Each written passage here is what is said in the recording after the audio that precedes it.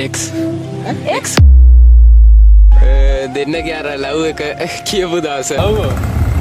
අනේ වැටෙන්න නම් එපා මහත්තයා. ඒකට මම කැමති ඉතින්. ඔයාලට යන්න හදිසිද?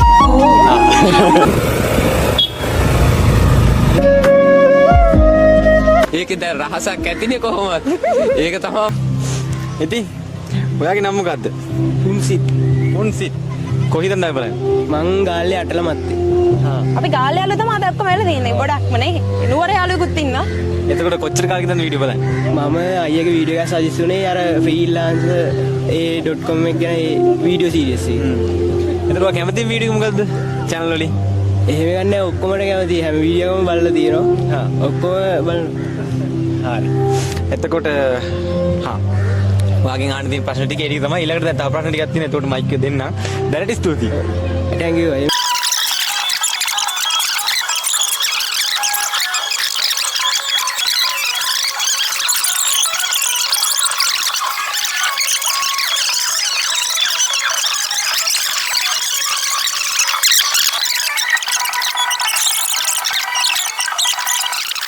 හරි දැන් ඔන්න මම කට්ටියට මයික් එක දෙන්න යන්නේ දීලා අහන්න යන්නේ මොකක් හරි දෙයක් දැනගන්න තියෙනවා නම් අහන්න දෙයක් තියෙනවා නම් කට්ටියට දෙන්න යන අවස්ථාවක්.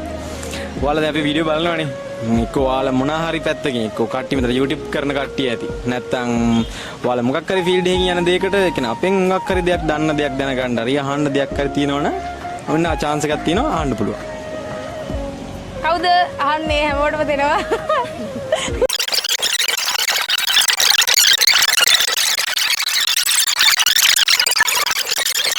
ප්‍රශ්න තියෙනවද?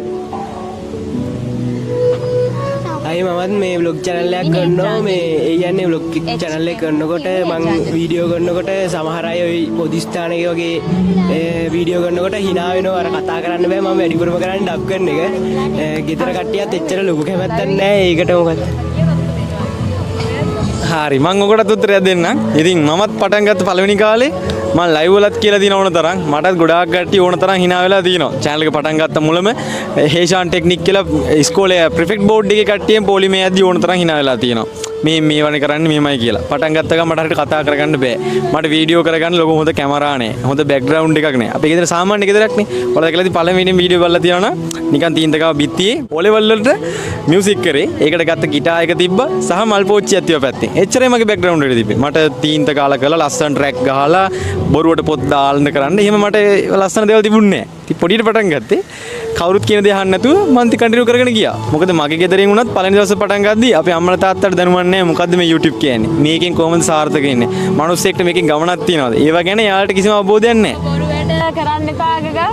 අන්න ඒව තමයි කියන්නේ. තමයි යාට කිව්වේ ගෙදරින් ඉස්සෙල්ලාම. ඉතින් එයාලට විශ්වාසයක් ඇති වෙන්න මට මේ දේ කරන්න පුළුවන් කියලා අපි කරලා පෙන්වන්න ඕන.